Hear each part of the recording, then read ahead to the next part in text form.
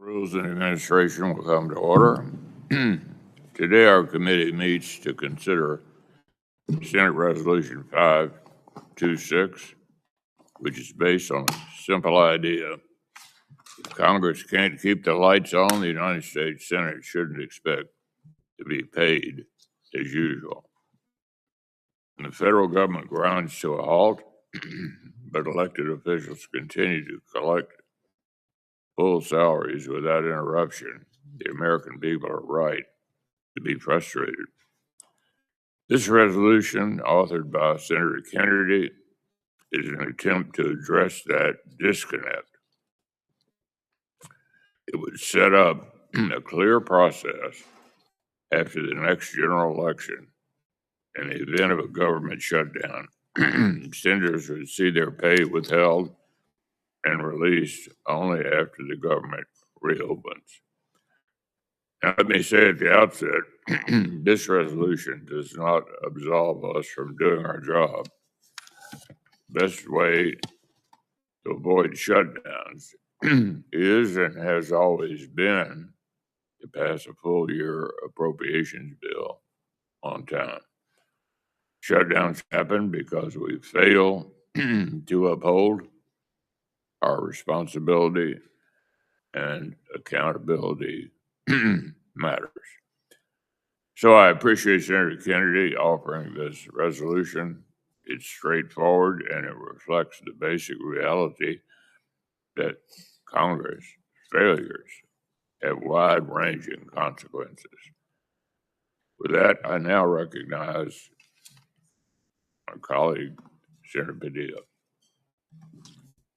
Thank you, Mr. Chairman. Good to see you and all of our colleagues here as folks can continue to trickle in.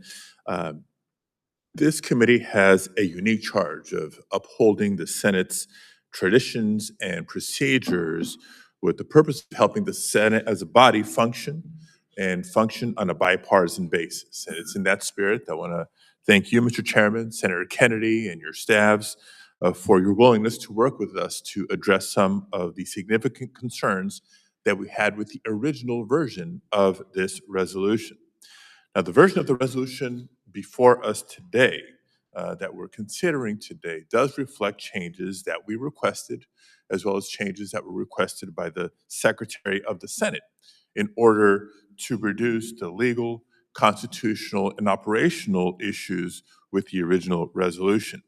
And because of those changes, I will be recommending that we vote in favor of sending this resolution out of committee and to the full Senate for further consideration. But before we do that, I do want to briefly raise a couple of points that I think the full Senate should consider and address before final adoption.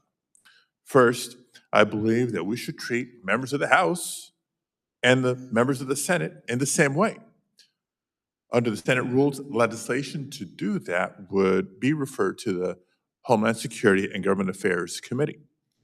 The current resolution before us is before us only because it impacts members of the Senate and does not speak to members of the House.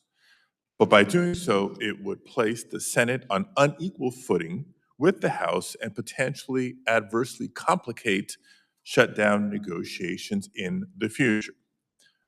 Second, I appreciate the key changes to take into account the 27th Amendment of the Constitution.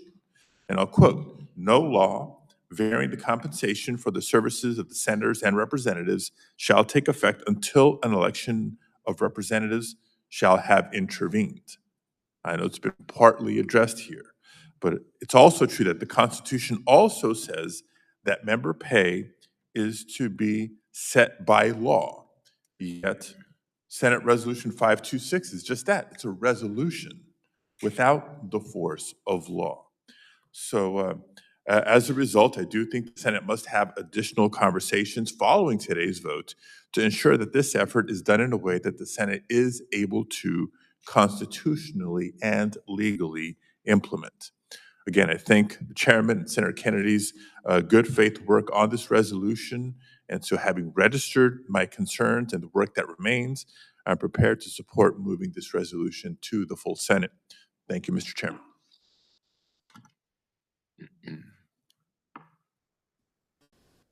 Thank you, Senator Padilla. Senator Bennett is recognized to offer an amendment. Thank you, Chairman. It's good to see you, and I'm glad everybody is here. I call up Bennett Amendment number 1. My amendment would prohibit former members of Congress from registering as lobbyists, not for 1 year or 2 years, but for the entirety of their retirement from public service. This amendment addresses a serious problem in our democracy, the buying and selling of influence, and this is not a new problem. I first introduced this legislation in 2010. Since then, the amount spent on lobbying and the number of lobbyists has only grown. Last year, spending on federal lobbying reached a new high, topping $4.5 billion, a 37% increase from a decade ago. Research shows that in the 1970s and 80s, it was relatively rare for former members of Congress to become lobbyists.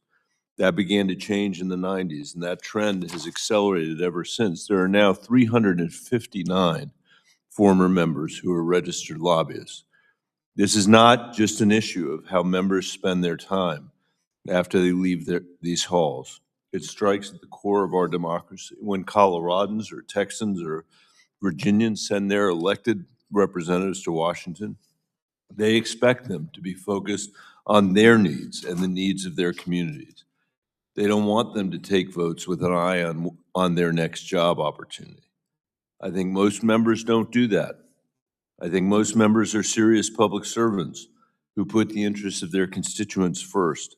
But even the appearance of this revolving door erodes Americans' trust in our democracy, our rule of law, and the legislative process. So this amendment puts forward what I think are some common sense reforms. It bans members from lobbying and adds new transparency requirements.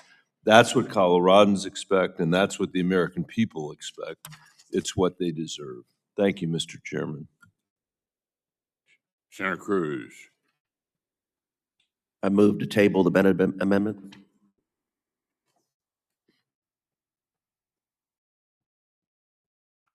The question is on the motion to table Senator Bennett's amendment. All those in favor say aye. All opposed, nay. The ayes appear to have it. Senator Bennett's amendment is tabled. Senator Ossoff is recognized to offer an amendment. Thank you, Mr. Chairman, and thank you to the chair and ranking member for convening us today. I call up my amendment, Ossoff 3. And folks, we have a problem, which is that members of Congress are playing the stock market while sitting in office, buying and selling shares of publicly traded stock while making decisions how to regulate those companies, while privy to confidential corporate information, while privy to confidential national security information. And it is so corrosive to public trust in this institution.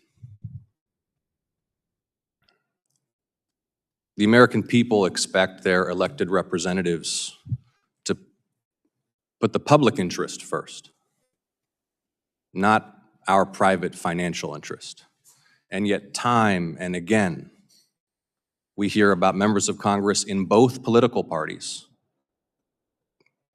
trading stocks like that's their day job, rather than representing the constituents who should be our highest priority. This is not controversial among the American public. Overwhelming majorities of Democrats, independents, Republicans want to ban stock trading by members of Congress. And we've made a lot of progress in the Senate in the last couple years building a bipartisan coalition to ban it. In fact, legislation that Senator Merkley and I have worked on with bipartisan colleagues in the Homeland Security Committee passed out of that committee for the first time with bipartisan support to ban stock trading by members of Congress. That bill still hasn't been brought to the floor, and we all know that there are private conversations with members going to folks in leadership saying they don't want it to come to the floor. We need to get this done. We have the opportunity right now in this committee to send a powerful message to the American people that we take seriously their deep concern and their justified concern about ethics in the United States Congress. My amendment is very simple. In a year's time, stock trading by senators is prohibited under Senate rules. The text of this, the assets that are covered, are all drawn from the painstakingly negotiated bipartisan legislation that's been agreed by the Homeland Security Committee. This will force us by a date certain to finish the job of advancing that legislation. This will give the American people confidence that we understand and we accept our job is not to enrich ourselves. Our job is to advance the flourishing and prosperity and health of our constituents. So I understand that there may be some parliamentary effort to avoid a vote on this. I know that there are senators who don't want to take a vote on this. But before we do that, Mr. Chairman, why don't we see this as an opportunity? What a great day this would be if, instead of continuing to evade this question, stock trading by senators, this committee, with its reputation for excellence, came together across the aisle and passed this amendment. Ban stock trading by United States senators. Do the right thing. I urge a yes vote. Thank you, Mr. Chairman. Senator Merkley. Thank you very much, Mr. Chairman. I second the motion of my colleague from Georgia. And if there is a motion to table, is that motion debatable? In other words, can we give everyone an opportunity to express their views before this issue is tabled? No, it's not debatable. It is not debatable. It's not debatable. Then I would ask my colleagues, if somebody's thinking about tabling this motion, can you just wait until everyone who wants to express themselves on this has had a chance to do so? It'd be a courtesy to extend. And I do think that courtesy is important because this issue is important. We all have a collective interest in Americans seeing that we act with integrity, that is not corrupted by our concern about our pocketbook over the public interest.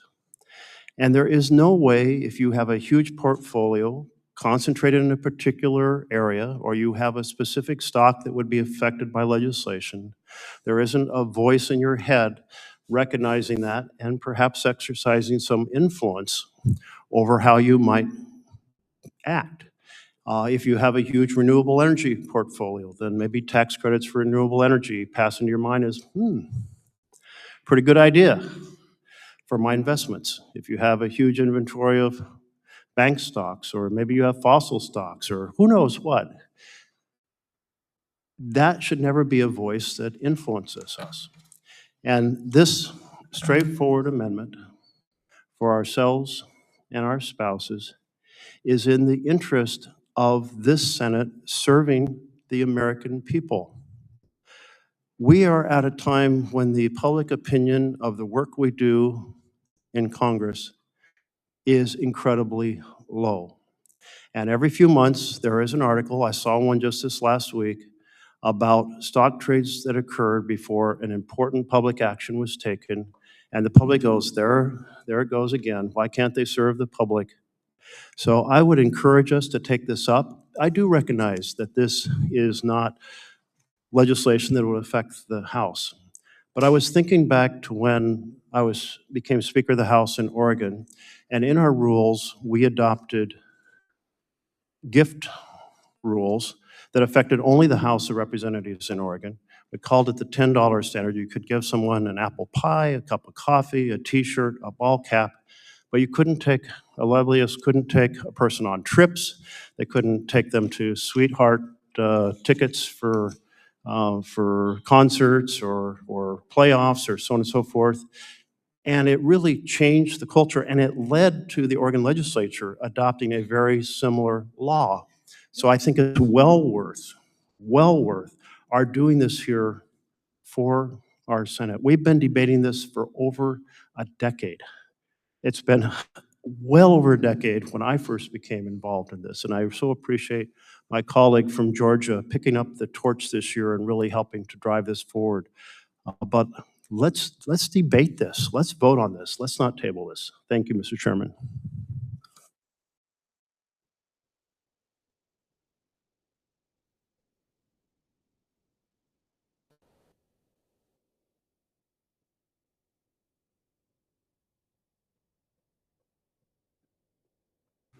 Committee that amendments must be related to the matter under consideration, which is consistent with Committee Rule 4. Your amendment is not related to member pay during a government shutdown. As a result, the amendment falls. Mr. Chairman, I appeal the ruling of the chair. Is Mr. there a Chairman, motion to table the appeal? Mr. Chairman, since Senator Ossoff has appealed the ruling of the chair, I would offer an amendment that, or I would move that we table his amendment. Is the motion to table the amendment or table the appeal? Table the amendment. The appeal, I'm sorry. Table the appeal. Well, an aye vote supports the ruling of the chair. All those opposed say nay. Nay. Nay. In the opinion of the chair, the ayes have it. The Mr. ruling Chairman. of the chair. I ask for a recorded vote.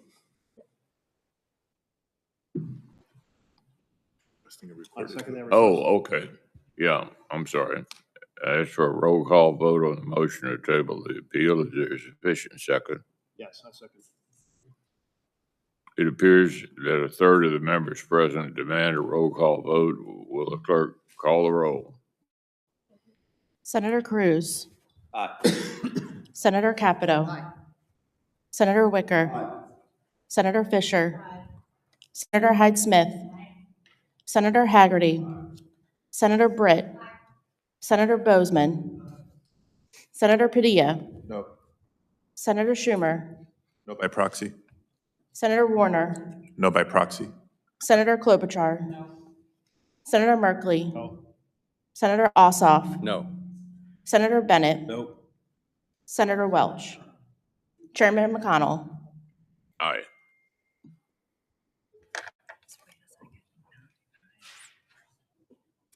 The ayes are 9, the noes are 8. Is there further debate on the We gotta do this first. on this motion to table Senator Ossoff's appeal? The ayes are 9 and the nays are 8.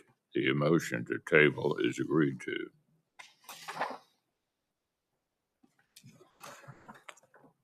Is there further debate or amendment to SRS 526? Hearing none, the question is on ordering the resolution favorably reported. A reporting quorum is present. All those in favor say aye. Aye. All those opposed, nay. In the opinion of the chair, the ayes have it. SRS 526 is favorably reported. I ask unanimous consent that in preparing the measure for reporting, the staff be authorized to make any required technical or conforming changes. Thank you, everyone. Without objection, the committee stands adjourned.